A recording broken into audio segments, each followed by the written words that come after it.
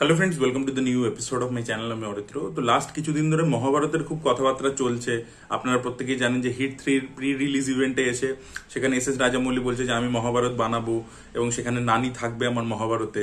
কদিন আগে আমরা আমির খানকে স্টেটমেন্ট দিতে দেখলাম যে সে বলছে যে তার মহাভারতের ওপর সে এবছর থেকে কাজ শুরু করে দেবে। তো এই ধরনের আমরা আপডেট পাচ্ছি, বিভিন্ন ভিডিওতে আপনাদের সাথে শেয়ারও করেছি। তারপরে এস এস রাজামৌলির যে ফাদার কে ভি বিজেন্দ্র প্রসাদ, তিনি একটা ইন্টারভিউতে বলেছেন যে আমির খান তাকে অ্যাপ্রোচ করেছিল, তো তাদের একটা আলোচনা হয়েছিল, বাট পরবর্তীতে সেটা খুব একটা ফ্লেশ আউট হয়নি। তো এই ধরনের আপডেটস আমরা লাস্ট কিছুদিন ধরে মহাভারত নিয়ে শুনতে পাচ্ছি। এবার আপনারা প্রত্যেকেই জানেন লাস্ট ইয়ার যখন কালকি রিলিজ হয়েছিল তখন আমি মহাভারতের ডায়েরিজ বলে একটা আলাদা প্লে লিস্ট বানিয়েছিলাম, যেখানে মহাভারতের বিভিন্ন ক্যারেক্টার্স ইত্যাদি আমাদের মাইথোলজির যা ক্যারেক্টার্স আছে সেগুলো নিয়ে বিভিন্ন ভিডিওস বানিয়েছিলাম এবং সেই সময় লোকের খুব ভালো লেগেছিল। তখন লোকে বলেছিল যে আরো মাইথোলজি নিয়ে ভিডিওস চাই। তো আমি ভাবলাম যে এটা একটা রাইট টাইম, যেহেতু লাস্ট কদিন ধরে মহাভারত নিয়ে অনেক কথাবার্তা চলছে। তো এটা মহাভারতের দুটো আপনাদেরকে ঘটনা বলবো, যে দুটো কিন্তু সচরাচর অতটা নোন নয়, ঠিক আছে? মানে লোকে অতটা জানে না। মানে এইগুলো এই যে বেশিরভাগ সাধারণ মানুষ অনেকে তো টিভি সিরিয়ালের মাধ্যমে জানতে পেরেছে মহাভারত ইত্যাদির ব্যাপারে, বা যেগুলো এমনি নর্মাল বইগুলো পড়েছে সেগুলোতে এই গল্পগুলো অত ডিটেলে দেওয়া নেই। যেগুলো আমরা ছোটবেলায় পড়েছি যে চটি বইগুলো, বা সেগুলোতে এই গল্পগুলো খুব একটা ইনক্লুডেড নেই আর কি। তো সেই জন্য এই দুটো ইভেন্ট আপনাদের সাথে শেয়ার করবো। এবার আপনারা অবশ্যই, হতেই পারে যে আপনারা জানেন এই ব্যাপারটা, সেটা আপনারা অবশ্যই কমেন্টে লিখে জানাবেন। তো সব থেকে প্রথমে যে ঘটনাটা বলবো সেটা হচ্ছে, এই যে আমরা দেখি যে সুনীল শেট্টি, ধরে নিন সুনীল শেট্টি দেখবে নিজের হোটেলের বিজনেস আছে, ঠিক আছে? সুনীল শেট্টি, যারা জানেন না তাদেরকে বলে রাখি, সুনীল শেট্টির হোটেলের বিজনেস আছে। সুনীল শেট্টি বিলংস ফ্রম উডিপি বলে একটা জায়গা আছে।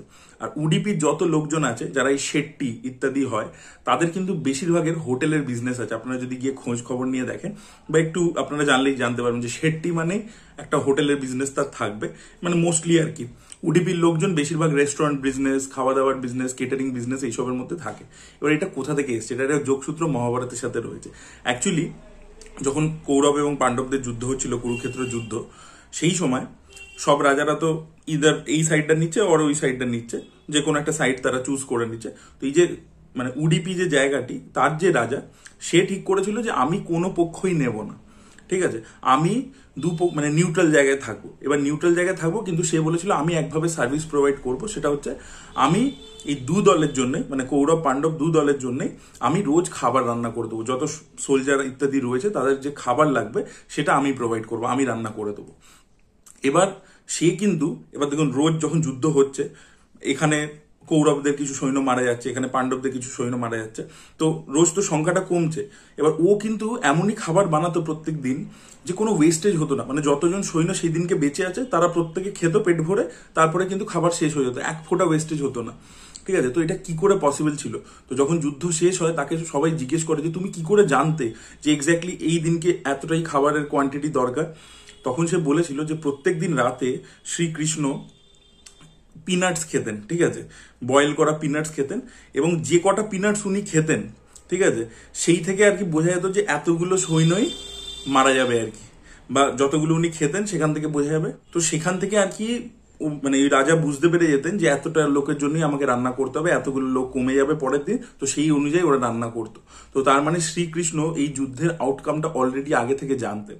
এবং যখন এই, যেহেতু মানে একটা লোককে খাবার খাওয়ানো এটা তো একটা পুণ্যের কাজ, তো এটা যখন ওই রাজা করেছিলেন পুরো যুদ্ধ মানে সময়কালীন, তো তাই জন্য শ্রীকৃষ্ণ তাকে আর কি দিয়েছিল, বরদান দিয়েছিল যে তোমার যে যারা এর পরবর্তীতে তোমার যে জেনারেশন আছে, মানে ওই উডিপি যে কিংডমের যারা লোকজন, তাদের প্রত্যেকে হাতে জাদু থাকবে, তারা প্রত্যেকেই কালনারি এক্সপার্ট হবে আর কি।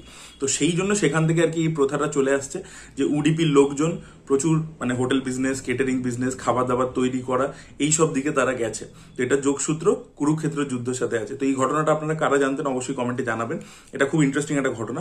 এর পরবর্তীতে যে ঘটনাটা বলবো সেটা তো আরো বেশি ইন্টারেস্টিং। আপনারা অনেক বীর যোদ্ধার কথা তো মহাভারতের সময় শুনেছেন, আর আপনারা দেখবেন যে ভীম এবং অর্জুন পাণ্ডবের তরফ থেকে এরাই কিন্তু সব থেকে বেশি লোকেদেরকে কৌরবের দিকে মেরেছে।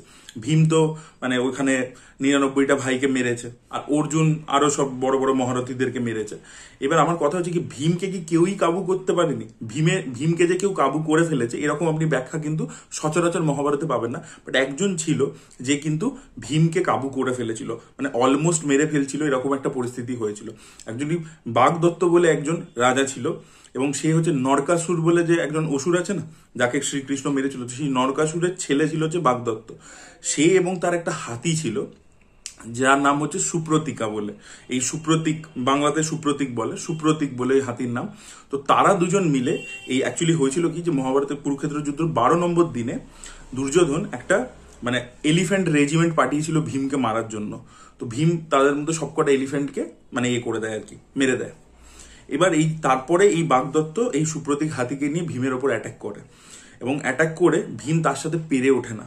ভীম কি করে, হাতির মানে একটা টেকনিক ইউজ হয় যুদ্ধে, যে হাতি যখন আপনার উপর অ্যাটাক করছে আর আপনি যদি মানে ইয়েতে থাকেন, হাতির যে 4টে পায়ের যে ফাঁক আছে সেখানে ঢুকে যাও, গিয়ে তার যে পেটের কাজটা, সেখানে কিছু জায়গায় আর কি কিছু পয়েন্টস আছে পার্টিকুলার, সেখানে আপনি হাত দিয়ে যদি মারেন তাহলে হাতি আপনার কাবুতে এসে যাবে।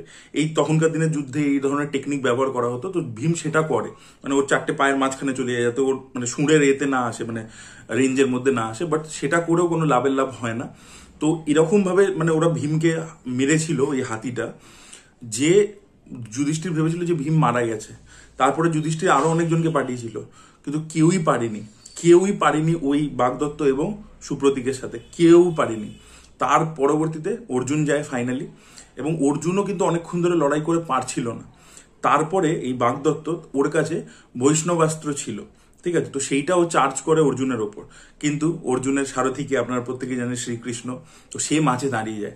এবং বৈষ্ণবাস্ত্র মানে কি, যে থেকে সেটা সৃষ্টি হয়েছে। এবার শ্রীকৃষ্ণ মানে বিষ্ণুরই অবতার, তো তার গায়ে গিয়ে যখন লাগে ওই তীরটা যদি অর্জুনের গায়ে লাগতো অর্জুন মারা যেত, কিন্তু ওটা লাগে হচ্ছে শ্রীকৃষ্ণর গায়ে, এবং ওটা একটা গার্ল্যান্ড হয়ে যায়, মানে একটা মালা হয়ে যায়, এবং ওনার চোট লাগে না, তো অর্জুন বেঁচে যায়। তারপরে অর্জুন আর কি একটা তীর মারে এবং সেখানে সে হাতিটাকে ইনজিওর করে দেয়। আর হাতিটার না একটা গায়ে একটা আর্মার ছিল আলাদা করে।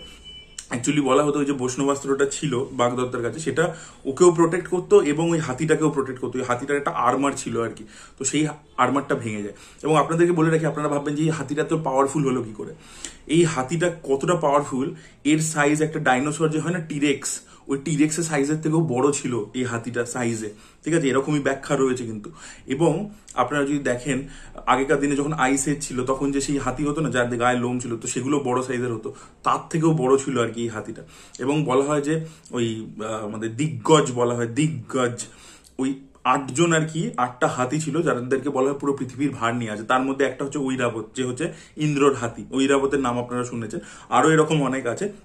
সেই ক্যাটাগরির মধ্যেই সুপ্রতীকও ছিল আর কি।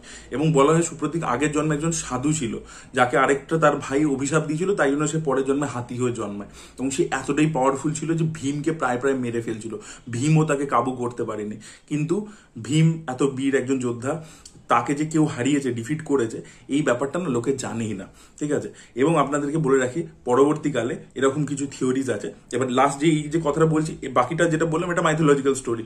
এবার যেটা বলছি এটা আমি জানি না এটা কোনো প্রুফ আছে কিনা, আমি একটা আর্টিকেল পড়েছিলাম তাই শেয়ার করছি আপনার সাথে, যে হিমালয়ের কাছে নাকি এরকম কিছু স্কেলিটন পাওয়া গেছে, যেটা সায়েন্টিস্টরা ডিটেক্ট করছে যে এটা কোনো হাতির হতে পারে, যার সাইজ টিরেক্সের থেকে বড়। তো সেখান থেকেই আর কি বোঝা যাচ্ছে যে ওই ঘটনাটা ঘটেছিল।